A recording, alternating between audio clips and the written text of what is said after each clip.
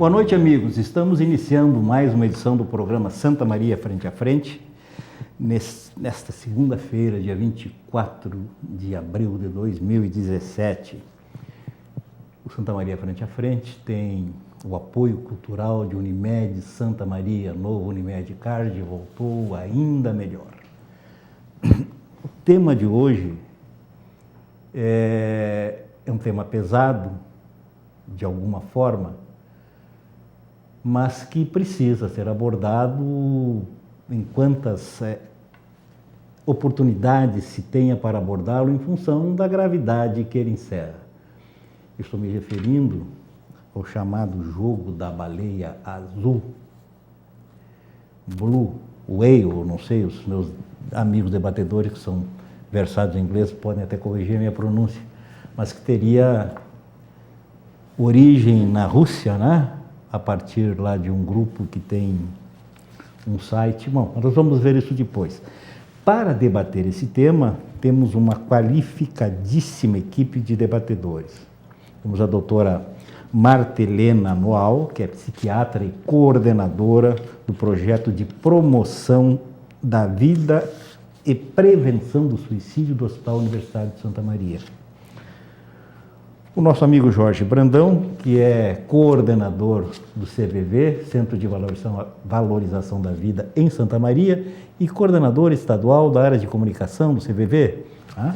E a delegada Débora Dias, que ela é responsável por uma das delegacias especializadas da cidade, que trata da Delegacia da Mulher, né?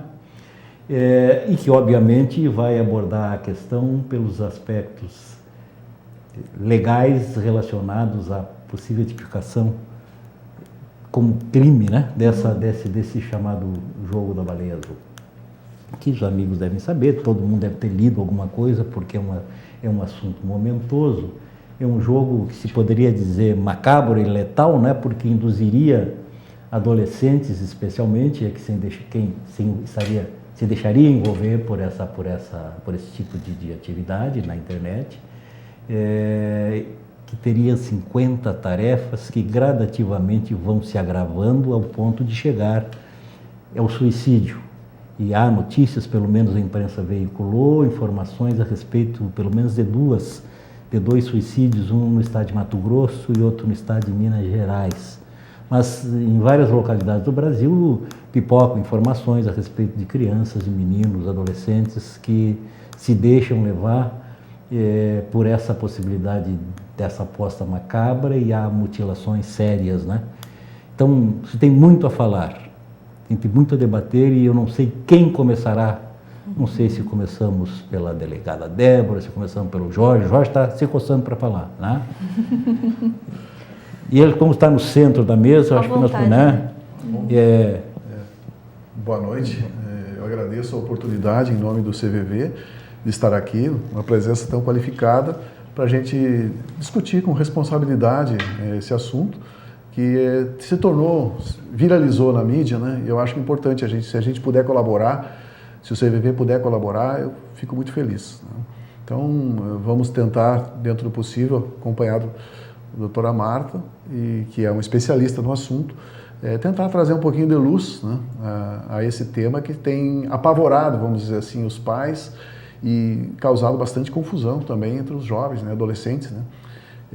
Nós sabemos, a própria Organização Mundial de Saúde tem o relato, né, que o suicídio em adolescentes e jovens hoje é a segunda causa de morte, né? Então é algo bastante preocupante, né, matando mais que o HIV, né? Então, juntamente com essa questão do jogo, que nós, do CVV, procuramos não falar essa palavra jogo, porque isso pode até estimular os jovens que são ligados em games. Nós acreditamos que é uma armadilha, né? Uma cilada assassina, macabra mesmo, né? Que não tem sentido até de chamar de jogo. Mas que a gente sabe que dentro do que acontece no mundo, no Brasil, existiram muitas formas já. Há pouco tempo atrás nós falávamos na roleta, depois veio o saco plástico, né? Que dá uma sensação de desmaio, e agora veio então a baleia azul. Nós estamos num mundo globalizado e as coisas vêm muito rápido à tona, né? Mas, dentro do que for possível, estamos aí para colaborar. Teriam já ocorrido, segundo as informações veiculadas pela imprensa, no mínimo 130 suicídios no mundo, né? A partir de 2015, pelo menos foi mas isso mais direcionado. Muito mais na Europa. Mais na Europa, mais na Europa, Rússia, né? mesmo. Óbvio que todos nós sabemos, porque já passamos por ela, e porque temos filhos, ou não, se não temos filhos, temos sobrinhos, temos familiares, enfim, a adolescência naturalmente é uma idade complicada, né, doutora Marta? E esses estímulos externos, me parece que o tipo de sociedade que nós vivemos hoje ainda fragiliza mais a meninada, né? O que a senhora quer nos dizer de início? Ela pediu para eu não chamá-la de doutora, mas pelo menos nesse primeiro momento, daqui a pouco é Marta só. Muito bem, Grandinho. O suicídio é um fenômeno complexo, não é? E a gente tem que sempre entender assim. E o que tem assustado nesses últimos dias, realmente viralizou, né? As pessoas, todas as redes sociais estão comentando sobre isso. É uma ligação linear entre causa e efeito que é muito arriscada da gente traçar essa linha. Então, acho que a tua pergunta é muito interessante de a gente pensar sobre os jovens, sobre essa vulnerabilidade que todos nós tivemos nessa etapa da vida, assim, da adolescência, e que os adolescentes de hoje certamente estão vivenciando também. E esse jogo, ele vem a dar uma ideia, ele vem a fragilizar pessoas que já se encontram perdidas, em vulnerabilidades, né? E aí, então, se somam alguns riscos. Porque se a gente for pensar só no jogo, como é que antes aconteciam essas outras tendências, ou mesmo as estatísticas de suicídio no mundo, no Brasil, elas são muito elevadas antes mesmo de chegar aqui essa função do jogo. Jorge, eu pensava em falar hoje sobre isso, e que bom que vocês estão cuidando das palavras. O CVV, ele sempre lida muito com a comunicação, não é? E eu sempre que a gente tem contato, eu percebo o quanto vocês são cuidadosos com as palavras. Para mim isso também não é um jogo, não é? Quando a gente fala em jogo, a gente tem uma sedução, uma vontade de conhecer, de jogar, de experimentar, ou imagina um adolescente, a ideia de exclusão, eu não conheço ainda esse jogo, então eu vou ter que conhecer. Então realmente eu pensava em trazer aqui que não me parece um jogo. Quando se fala em desafio, né, a nossa cultura anda muito pobre nas palavras, e nos desafios, a gente teria tantos desafios para colocar os jovens a empreenderem, não é? Do ponto de vista de empreendedorismo social, de empreendedorismo de aprender como lidar com as coisas da vida mesmo, com os fatos da vida. Só que a gente acaba, né, nossa sociedade acaba levando as pessoas... A família moderna tem uma parcela de responsabilidade nessa situação, digamos, de vulnerabilidade, foi a expressão que tu utilizasse, digamos, de um plano mais geral, assim. Quer dizer, hoje, durante o dia, sei lá, acho que a hora que me ligaram da TV para confirmar que estavam os convidados todos, né, tinham confirmado também a participação, eu estava pensando, né, que quando eu era adolescente, no quarteirão onde eu morava, a minha mãe era uma das poucas mulheres que trabalhava, ela era professora, né? Também era uma das... A maior parte, esmagadora maioria das nossas vizinhas, todas eram donas de casa e que tinham possibilidade de ter um controle mais fácil do que os filhos faziam, e as alternativas que nós dispunhamos eram todas muito mais saudáveis também, né? Desde a questão do espaço urbano, que era diferente, que havia possibilidade de brincar na rua, que havia campinhos de futebol, uma série de outras coisas que hoje não se tem, né? Mas assim, hoje pais e mães trabalham, a própria educação, que é uma responsabilidade fundamental da família, me parece, quase sempre é delegada à escola, que tem que agir complementarmente, não pode ser a responsável, né? Então, nesse aspecto, eu não sei se tu tens uma avaliação. Olha, Candinho, eu diria que é uma questão da modernidade como um todo, da sociedade, né? Não necessariamente da família moderna, mas da sociedade moderna e como que nós todos nos organizamos nessa sociedade. E quando tu falas as mães não trabalhavam, mas trabalhar, eu creio que se trabalhar com amor, com dedicação ao filho, com medidas, não seria esse o problema. Mais a qualidade da relação do que o tempo de permanência na companhia. Isso, não sei, isso teria renderia um programa inteiro, né? Mas eu te diria assim que o campinho, como tu falas do campinho de futebol, né? Eu trouxe aqui, me permita, essas cartinhas me apareceram esse final de semana lá em casa. Eu tenho uma criança pequena, tenho uma menina de 3 anos, e ela estava brincando, sei que ela ganhou de alguém, né? Pokémon, uma cartinha aparentemente indefesa. Quando eu fui dar uma olhada, o que está escrito aqui atrás diz facada profunda nessa aqui, pancadas de fúria nessa. Então, essa é a nossa sociedade, entende? Eu acho que não dá para dizer que é porque as mães trabalham... Não, pelo amor de Deus, ninguém vai pensar que eu estou atribuindo a responsabilidade... Claro, mas as famílias... A família moderna, fica né? muito pesado para as famílias também, né? Tem que abarcar toda essa culpa, digamos assim. Mas a sociedade é feita de famílias. Então, é a base, né? É a base. Eu diria que nós, constituintes da sociedade, estamos levando a um contexto de grande fragilidade social. Então, a violência vem assim, cartinhas de crianças que trocam de 3 anos, presenteiam umas às outras, né? Essa aqui foi uma criança de 6 que deu para outra de 3, facada profunda. Ela ainda não lê, mas o dia que ela lê? Então, eu creio que a gente está colhendo frutos de uma sociedade que vem se empobrecendo, que vem... Bauman, né? A sociedade líquida, mas além de líquida, ela é vazia. Nós estamos colhendo frutos, então, de quantos anos de BBB? Quantos deve ser? 17, 18? É essa gurizada que está se desenhando, né? Se tatuando com baleias no braço. São pessoas que aprenderam a jogar, a ter a autonomia da interatividade, de votar, de escolher, né? Essa geração que se criou com videogames, eu não sei se a gente até pode trazer o debate aqui, mas videogames que matam velhinhas atropeladas e salta sangue das telas, né? Essa geração está com que idade?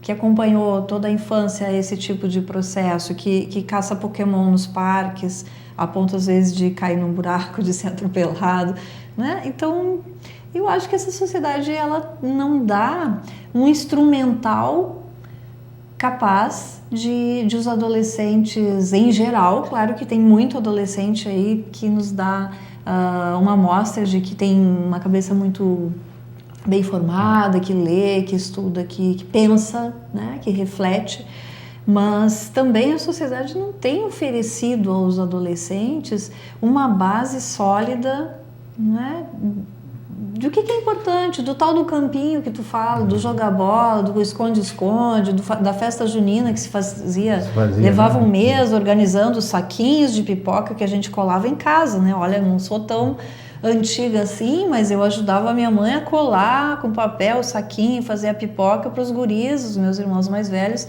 fazerem a fogueira lá. Eu era muito pequenininha, eu não ia para a fogueira lá, na rua. Até nisso eu fico pensando, hoje provavelmente se alguém fosse fazer uma fogueira num terreno baldio lá de casa, os bombeiros apareceriam para apagar. Ia dar um problema.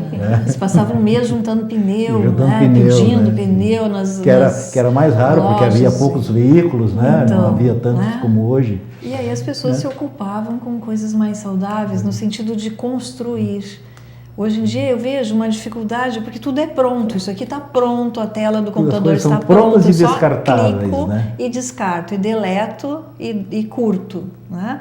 Uma fogueira a gente tinha que construir, um campinho tu tinha que tirar o capim, fazer uma goleira. Não é para eu falar de mim, mas assim, eu lembro de uma situação concreta. Nessa época eu morava na rua Floriano Peixoto, entre a Vale Machado e a Silva Jardim, absolutamente no centro da cidade, né? E num terreno mais próximo, na esquina da Silva Jardim com a Floriano Peixoto, eu lembro de nós termos conseguimos autorização do proprietário do terreno, nós gastamos os 30 dias de férias do inverno, que se tinha 30 dias de férias no colégio, fazendo o campinho, para que nós pudéssemos depois, ao longo do ano e por muito tempo, jogar ali, né? Mas é essa coisa da construção, da parceria, né? É rede, é construção, parceria. Tem que negociar com o vizinho, conquistar o espaço. Ninguém vai depredar esse campinho se passou 30 dias trabalhando nele, né? Então, era um jeito diferente de poder aprender que na vida tudo tem o seu custo, né? Se planta, se colhe, para colher tem que demorar a safra. Doutora, do ponto de vista da sua atuação profissional, essa coisa já tem alguma repercussão? Já tem notícias de algum fato na cidade que... Olha, eu acho assim que a primeira notícia que disseminou, na verdade, mesmo foi semana passada, né? Então, se vinculou muito mais para o jurídico, né? E para o crime, que realmente pode ter associado vários tipos de crimes aí, pode. Mas a preocupação que eu vejo muito maior é o que a doutora estava discutindo, o que o senhor estava discutindo, que é a preocupação nas relações aí, nas famílias, na sociedade realmente. Porque, veja, é um jogo que começou, né, do outro lado do mundo, na Europa, e que como essa sociedade é globalizada, realmente a sociedade de Bauman é líquida, é rápida, tudo muito rápido, veio para o Brasil, né, e já se tem notícias. O mais próximo de nós é o Paraná, que nós temos concretamente, que a semana passada saiu uma notícia de que teriam 5 tentativas de suicídio de adolescentes de 12 a 17 anos numa madrugada, que estariam em tese relacionadas com o jogo da baleia azul. Aí o que eu percebo já há um tempo, conversando até com colegas de outras delegacias, que o fato da autolesão, não diria automutilação, mas a autolesão vem tendo uma certa tendência entre os adolescentes, tá? Que são tendências, pelo que eu vejo, pelo que percebo, que, claro, está sempre relacionado com depressão, e as pessoas também não gostam de falar muito disso, né? O suicídio está relacionado com depressão, mas não necessariamente o suicídio, depressão está relacionado com suicídio, mas tem um vínculo muito íntimo. E o que eu vejo é que realmente tem reflexo, adolescentes, eles são muito exigidos hoje em relação à sociedade, que é muito rápida, e a adolescência é uma fase difícil, né? E reflete aí na internet, por exemplo, foi citado aqui, tinha a roleta russa, realmente, mas quando se ouvia notícia? Hoje não, é rapidinho que isso passa para o outro. Esses grupos de suicídio, que tanto no WhatsApp como no Facebook, grupos fechados, já existem há um tempo, tá? E se a gente for passar para o lado jurídico, então, né, nós sabemos que a indução no Brasil, né, tem países que se condena a tentativa de suicídio pelo próprio suicida, mas aqui não. Mas no Brasil, a indução, auxílio, instigação ao suicídio é crime. É crime. Artigo 122 do Código Penal, né? Pena de 2 a 6 anos. Se a vítima for um menor de idade, essa pena duplica, né? Ainda assim, não resultou suicídio, mas resultou uma lesão grave, vai responder também.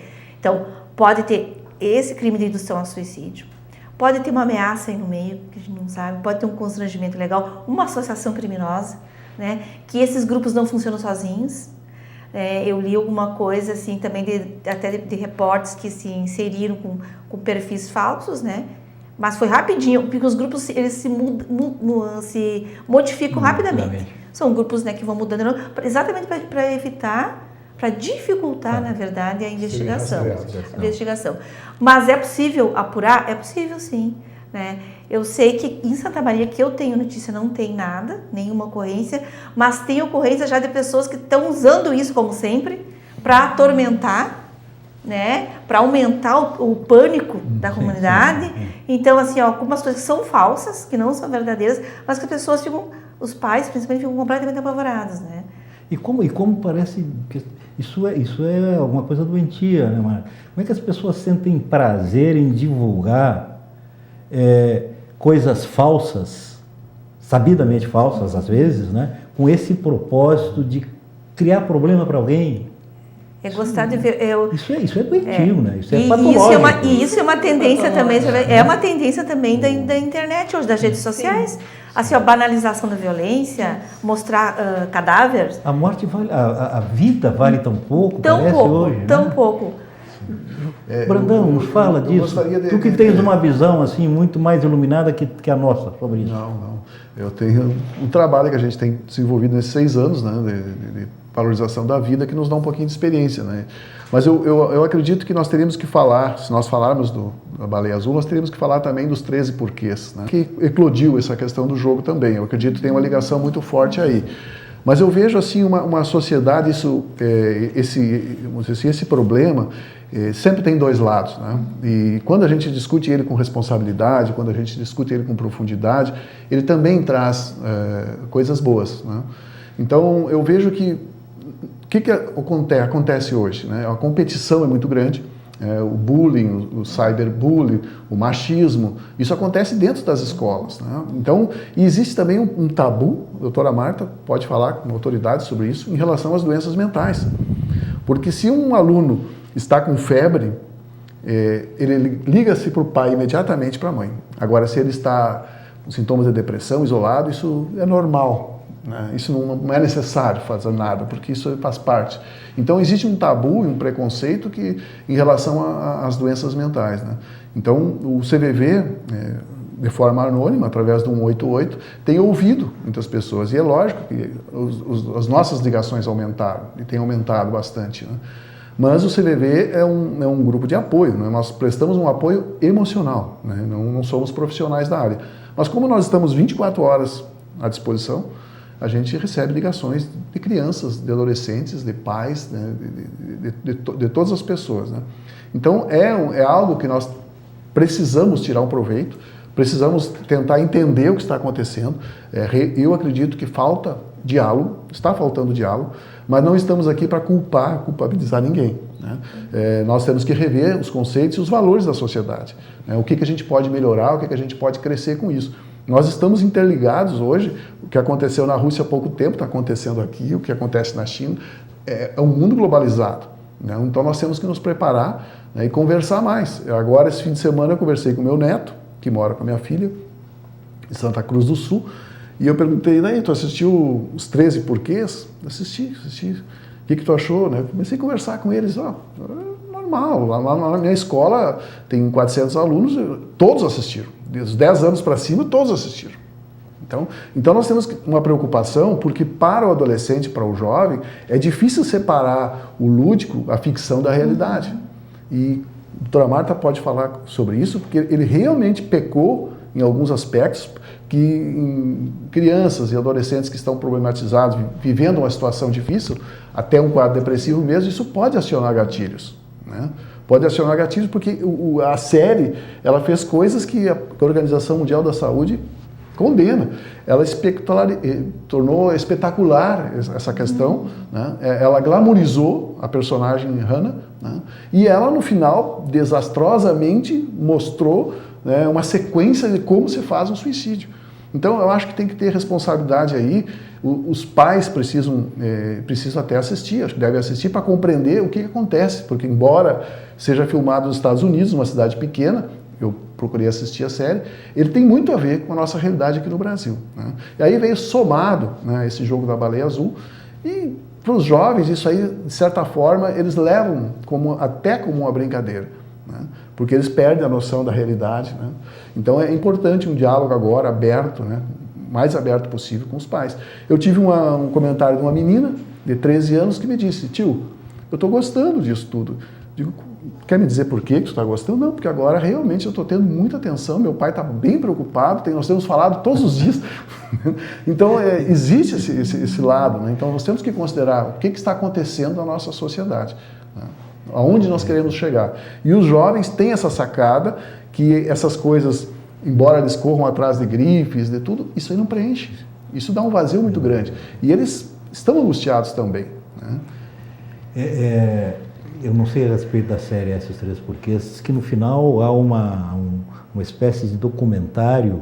Sim, um mini documentário. Trazendo explicações de que se trata de uma obra de ficção, etc, etc e tal. Eu não assisti a série, mas eu sei a síntese da série, mais ou menos, né?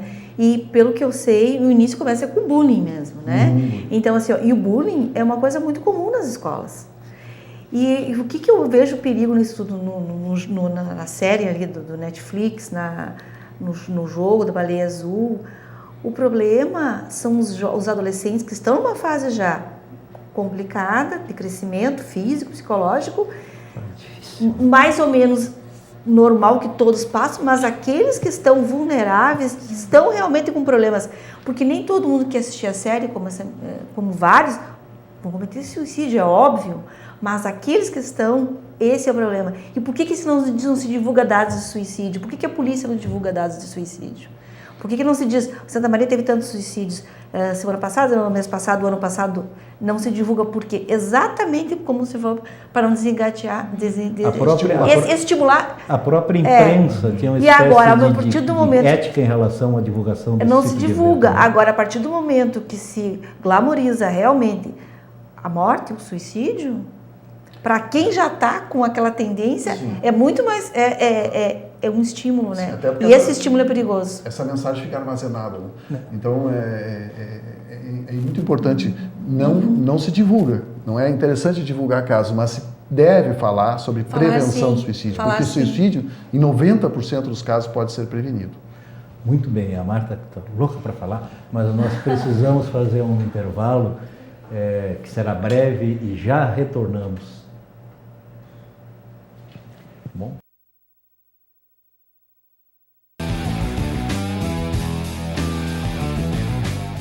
Está de volta o Unimed Card, o cartão que abre as portas da Unimed para você. Novo Unimed Card, voltou melhor ainda. Com ele você tem acesso à rede de serviços da Unimed Santa Maria e muitos outros benefícios.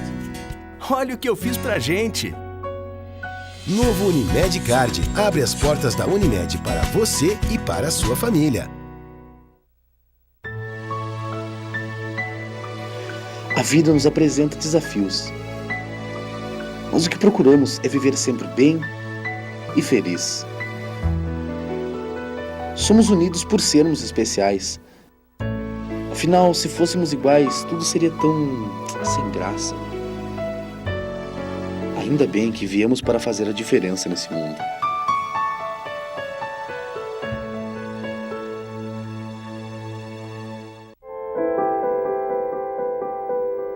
Na vida, você tem muitas escolhas. Qual caminho seguir? Qual escola estudar? Qual profissão atuar? Em quem confiar? É por isso que a Casa Maria agradece por ser uma de suas escolhas. Casa Maria, amparo assistencial a pessoas em tratamento oncológico. Uma conversa pode transformar uma vida. Por isso, compartilhe conosco aquilo que você não divide com mais ninguém. O CVV está com um número novo. Ligue 188. A ligação é gratuita de qualquer localidade do estado. Atendimento 24 horas. Disque 188 e converse com um de nossos voluntários. CVV, Centro de Valorização da Vida. A linha que faz você seguir em frente.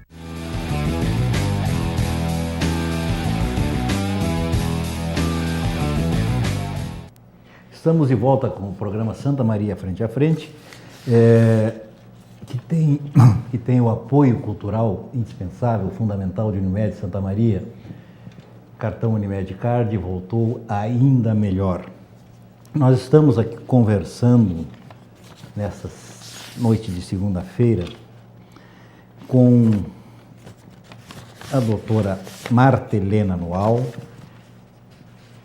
Jorge Brandão, doutora Débora Dias, delegada de polícia. O Brandão é coordenador do CVV, Centro de Valorização da Vida. A Marta é psiquiatra e coordenadora do projeto de promoção da vida e prevenção ao suicídio do Hospital Universitário de Santa Maria. A ideia inicial do programa é a discussão do tema momentoso, que é o jogo, que nós já vimos, não devemos considerar um jogo a partir da proficiente, clara explicação do Jorge e da Marta também se reportou a essa condição. Ela disse que vinha até com a ideia de trazer para o debate, né, essa ideia de não chamar de jogo. Mas no final do bloco anterior eu disse que a Marta estava querendo falar alguma coisa e eu não sei exatamente o que era, não perguntei no intervalo, então vou colocar, né, à disposição dela, Denise, a palavra. Continuar o que estava surgindo aqui, que existe um contrassenso. Então, desde o século XVIII, se aprendeu que não se falava sobre suicídio. E se aprendeu como? Com uma tragédia. A partir do Goethe, que escreveu uma novela, O Sofrimento do Jovem Werther, e se definiu a Síndrome de Werther. Aliás, um extraordinário livro. Pois é, mas adolescentes, ao lerem, se mataram na época. Não é? Então, desde lá se definiu de uma forma muito grosseira que não se falava sobre o assunto.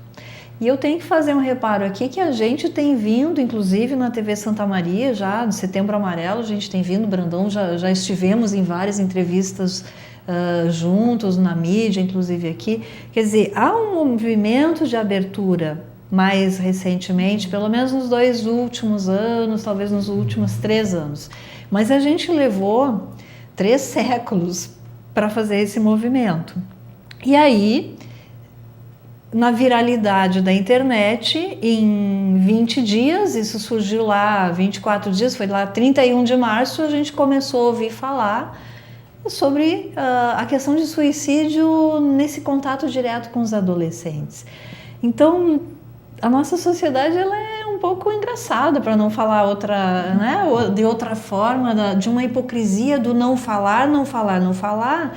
E aí a gente permite que as crianças de 10 anos, porque a gente não está falando em adolescente, nós estamos falando em crianças de 10, 11, 12, 13 anos, com acesso livre a tutoriais de suicídio. Não é? Mesmo a série, no sentido, eu também não assisti, confesso que me questionei, eu deveria assistir, inclusive porque houve o convite para vir aqui, mas, poxa, passar um domingo assistindo a série como a maioria dos meus colegas fez.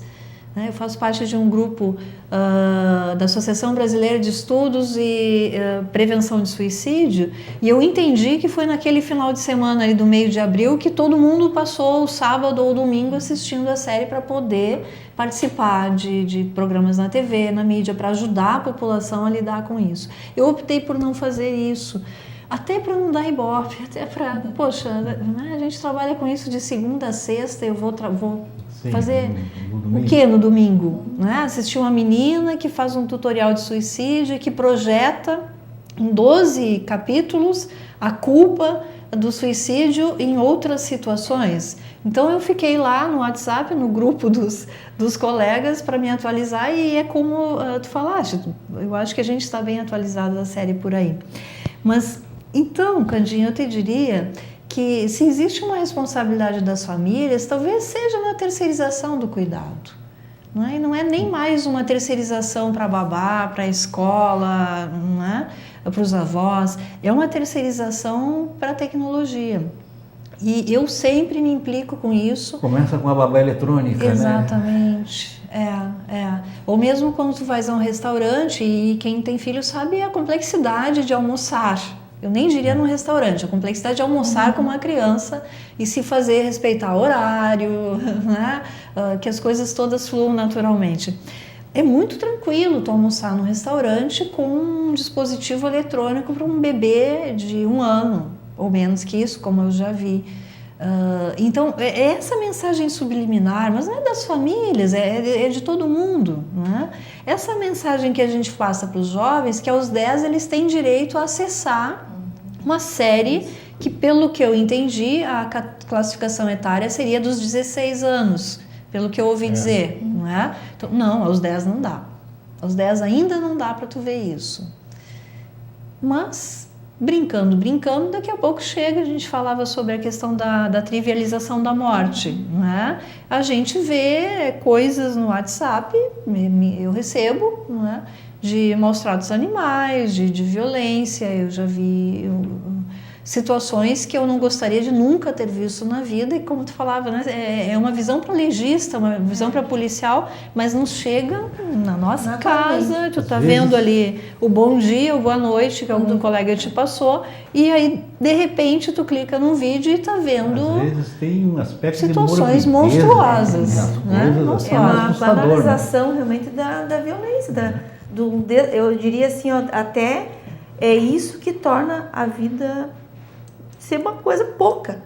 Diante da internet, da transformação em notícias de tudo muito rápido, né? E as pessoas assim acharem que é normal. Então, um cadáver, uma pessoa morrendo, maus tratos, é dar pouca importância à vida. É a partir disso que se dá pouca importância e se acha normal a violência, nós acabamos realmente desmerecendo, né, a própria vida. Digo como sociedade, de forma geral. Sim.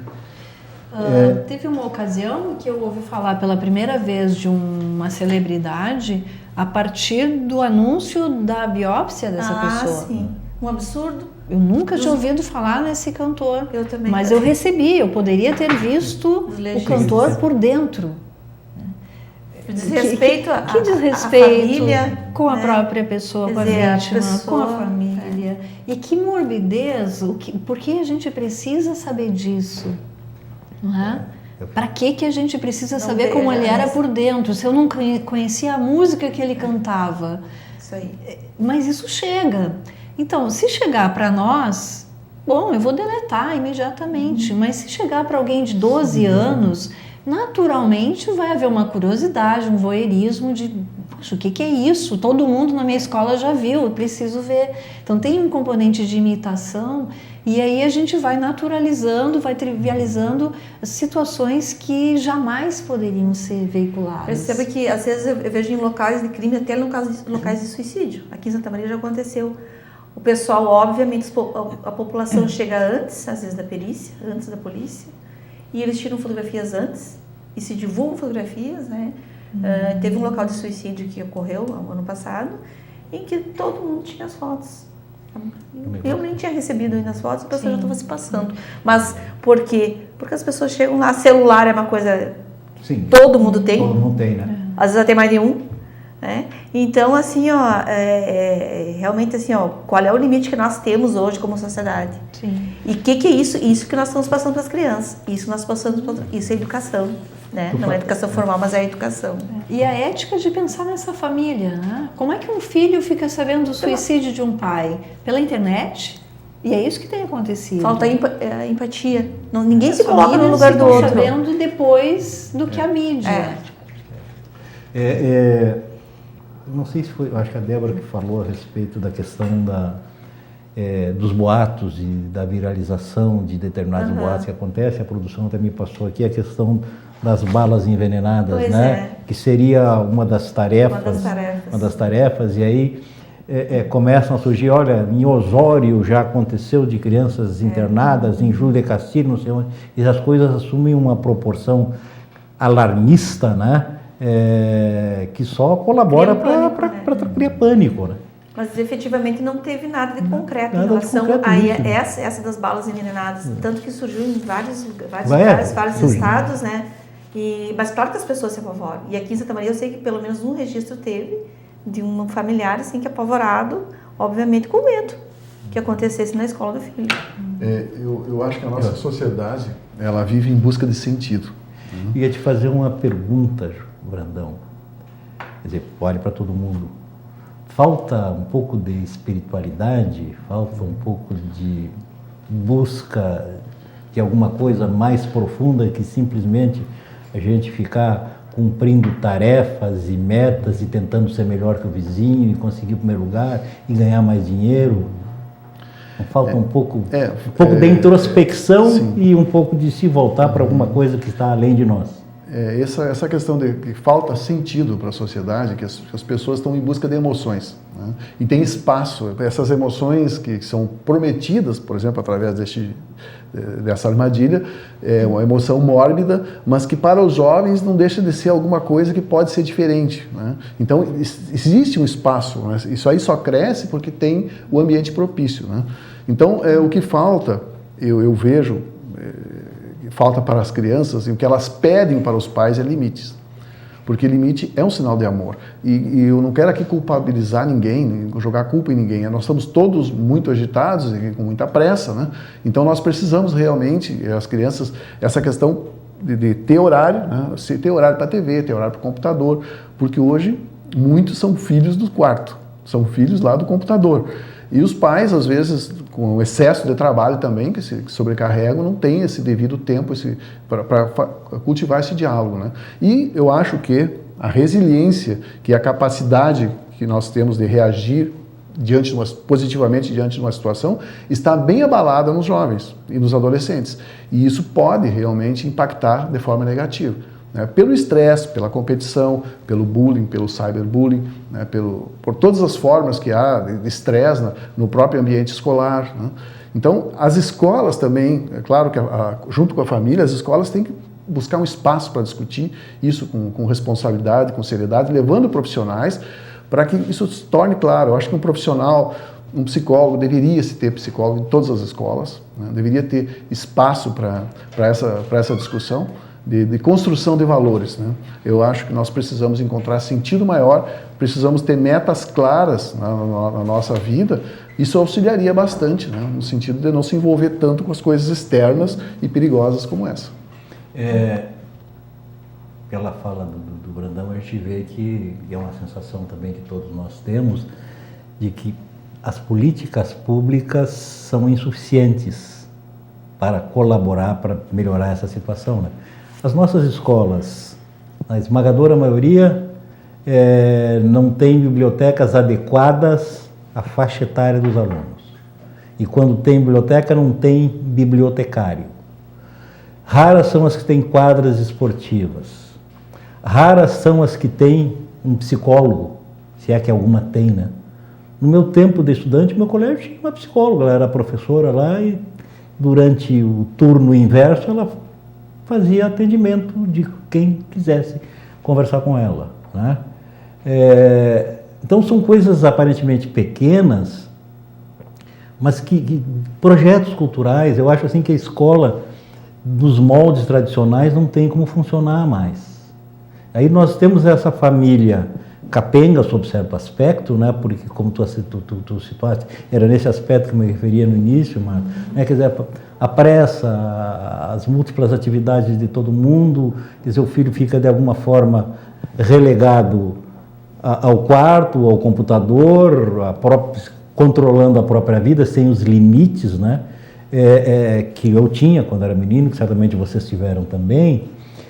E do outro lado, tu não tens políticas públicas que te incentivem. Nem vou chegar na periferia, porque aí é absolutamente desumano o que acontece por ausência do Estado, que deveria estar lá, não apenas levando educação formal, mas desenvolvendo projetos para fomentar o desenvolvimento de boas ideias, de participação na comunidade, de envolvimento com cultura, com esporte, com lazer, que as coisas que não existem, né? Quer dizer, aí tu vais pegar um jovem fragilizado pelas consequências normais do ciclo de vida que ele está vivendo, né? Uma sociedade que é competitiva, que de alguma forma é egoísta, que a família de alguma forma também falha no amparo que tem que lhe dar, até por ausência de limite, como foi referido pelo Brandão. O que a gente vai esperar do futuro?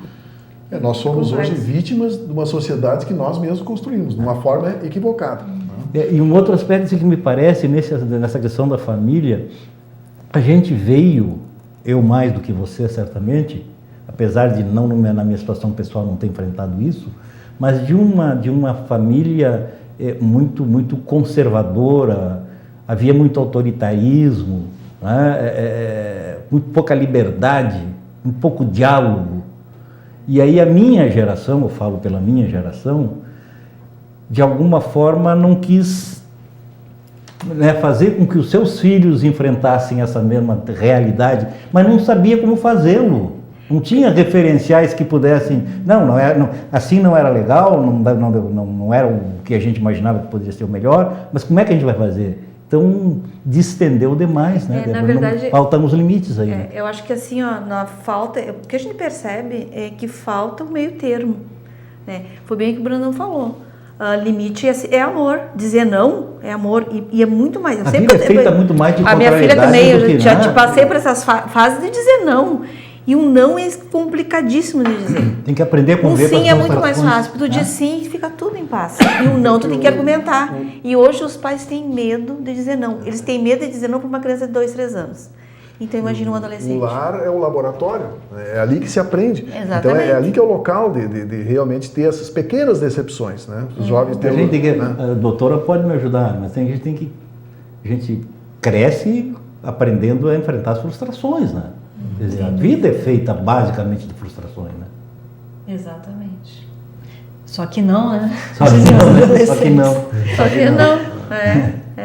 Mas aí é bem aquilo que tu falasse bem no início. Eu acho que está vendo uma delegação de funções, né, dos pais, estou falando dos pais, pai, mãe, ou só pai, só mãe, não interessa, dos pais, da família. E pior, como a doutora falou, uma delegação para a tecnologia dessa função de educação. Quando se fala em prevenção de suicídio, quando se fala então em depressão, os pais têm que perceber mudança no comportamento dos filhos, né? Que a adolescência é uma fase difícil, que tem modificações de comportamento, mas o isolamento total não é normal, passar horas e horas dentro de um quarto fechado não é normal, não ter amigos não é normal, não querer ir para a escola também não é normal, assim, alguma insatisfação sim, mas tudo isso junto não é normal. E se isso, o que você me fala, não adianta também ser amigo do filho de repente não nada. Ele está com 15 anos, vou me tornar amigo agora porque temos que discutir os assuntos da vida. Começa antes, bem antes. O diálogo e conversa, talvez seja no momento mais difícil que é do almoço. Né, que é complicado realmente fazer com que pare.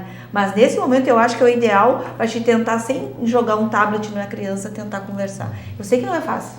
Eu também tive filho pequeno, sei que não é fácil. Mas às vezes isso é uma preparação para essa criança, quando for adolescente, não cair em qualquer armadilha, como os jogos, né? E é importante que os pais não tenham vergonha de abraçar os filhos, de declarar o seu amor para os filhos, né? De explicitar isso bem, porque às vezes ele sabe que eu gosto dele, que eu amo ele, mas tu não disse hoje, talvez ainda, não abraçou hoje, não falou, não deixou isso bem claro. Né? Coisa boa beijar. Então é importante. Meu pai faleceu cedo ainda, né? Quer dizer, mais jovem da idade que eu tenho hoje, mas todos nós 6 filhos, nunca deixamos de beijar o pai e ele nunca deixou de nos beijar, né? Todos adultos e tal, e sempre nos beijávamos e tal. Eu acho assim que essa demonstração de afeto que solidifica essas relações, né? Claro, o beijo, o abraço é uma forma de manifestação, mas fundamentalmente conversar. Isso. E aproveitando essa oportunidade, que eu acho que isso para nós do CVV é muito importante. Aproveita, ter a oportunidade de falar sobre vende o teu peixe sobre também, prevenção do suicídio. E até já vou aproveitar, aumentou a procura, a busca por orientação. Sim, a partir... A busca tem aumentado, porque nós temos também recebido muito apoio dos veículos de comunicação, a própria TV Santa Maria também nos ajuda, todos os veículos nos ajudam. Como a doutora Marta falou, surgiu uma abertura maior, né, para se divulgar que o suicídio pode ser prevenido, né, que em 90% dos casos ele pode ser evitado. Então, é importante, porque muitas pessoas pensam que perguntar para alguém sobre essa questão do suicídio pode acelerar o processo. Na verdade, não é verdade. Isso não é real. É um mito. É um mito.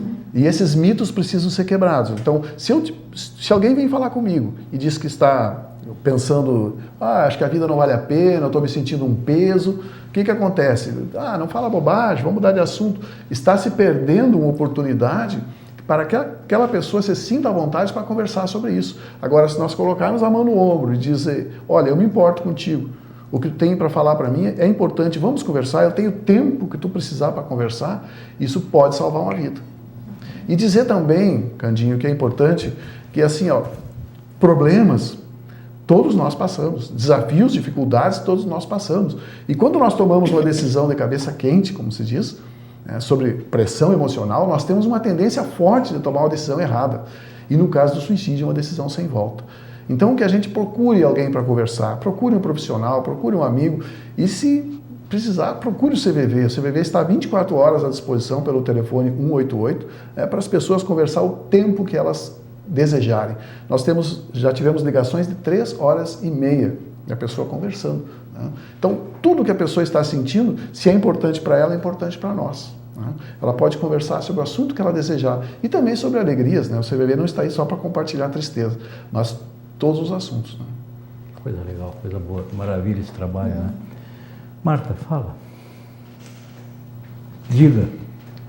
Queres Então, complementar? prevenção é isso que tu falava desde o início. Né? Se a gente sabe, a literatura aponta que fatores de risco muito precoces, como violência na infância, seja violência psicológica, abuso moral, abuso sexual, se isso aumenta o risco de um desenvolvimento de uma patologia psiquiátrica, o oposto também é verdadeiro.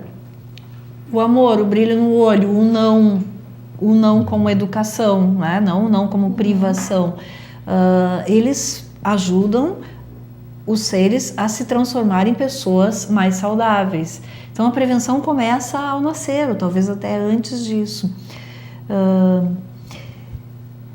Então há muito o que fazer. Né? A outra questão, que eu também agora vou deixar minha propaganda aqui, é a questão de perder a vergonha, o medo, né? De quebrar, de se romper o estigma na sociedade em relação a buscar ajuda. Porque há influências sociais, há essas influências que vão passar, né? A gente sabe que assim como o Pokémon felizmente passou, as pessoas pararam de procurar Pokémon pela rua, elas vão parar de se cortar, de ficar teclando lá e procurando 13 porquês ou 15 porquês ou baleias francas e brancas e da cor que for. Isso vai passar, mas a gente vai ter que entender que não se tem que ter vergonha para quando não passar um adoecimento, uma depressão, uma ansiedade muito significativa, que se busque ajuda. Assim como há prevenção para suicídio, há tratamento para essas patologias. As pessoas não precisam conviver com doenças, com sintomas ao longo da sua vida por vergonha de buscar ajuda. Porque se tu quebra uma perna, tu vai procurar um ortopedista. Agora, se tu está quebrado emocionalmente, tu tem que procurar um profissional, um psicólogo, um psiquiatra. Não tem que ter vergonha. E o tabu maior ainda é nos homens, né? Porque o índice de suicídio no Rio Grande do Sul é o maior do Brasil, porque o gaúcho é um pouco orgulhoso, para não dizer muito, né? E aí eles, eu não preciso disso, isso é frescura, isso é bobagem, né? Eu sou forte, né? E aí, quando vê, ele não consegue suportar essa dor, né? Porque quem se suicida, ele está diante de uma dor que para ele é insuportável. Ele não quer morrer, ele quer fugir daquela dor psíquica que ele não está suportando. Então, quanto antes ele conseguir conversar sobre isso, conseguir desabafar, e esse é o trabalho do CVV, é um trabalho de prevenção, ele vai conseguir administrar melhor essa dor, né? E essa questão da infância, eu gosto muito de uma citação do André Trigueiro, que ele diz que todo o amor que a criança recebe na infância é uma nutrição emocional para a vida inteira. É uma reserva de amor que ele carrega, que aquela criança recebe, que durante a vida ele vai ter um refúgio, né, para suportar as dores emocionais e os desafios da vida. Então, é o maior investimento que nós podemos fazer, realmente, é amar e doar amor. Né? Com essa manifestação saudável, bonita do Brandão, né? E não há nada mais bonito do que o amor, né? Eu sou um bobalhão que se emociona, que gostaria de ver um mundo modificado, humanizado, um mundo sem fronteiras, sem país. Eu acho que a Terra fosse a pátria de todos nós e nós convivêssemos fraternalmente. Claro que nem os meus tataranetos alcançarão isso, mas é um sonho. Acho que a gente sonhar, eu acho que o sonho é o passo inicial da realização de qualquer conquista que a humanidade possa ter, né? Se nós não sonhássemos, nem a roda teríamos inventado ainda, estaríamos na Idade da Pedra. Obrigado, Jorge, obrigado, Débora, obrigado a Marta. Nós fizemos um excelente programa, não tem nenhuma dúvida quanto a isso. Eu tenho certeza que os nossos amigos telespectadores gostaram. E parabenizar vocês pelo trabalho que vocês fazem, espetacular no CVV, lá no USME, né? Pelo trabalho da doutora Débora na Delegacia da Mulher. E é de gente assim que a sociedade precisa para que, de alguma forma, a gente sejamos todos heróis da resistência em relação aos vilipêndios, em relação à vida, à banalização da violência, da morte, etc, etc. Né? Nós queremos viver e viver bem, né? Muito obrigado aos nossos amigos telespectadores. Nós voltamos segunda-feira que vem, ou não sei, porque segunda-feira que vem é feriado, provavelmente, então nós não teremos um programa ao vivo e a repetição de um dos nossos programas, talvez até esse mesmo. Uma boa noite a todos e muito obrigado.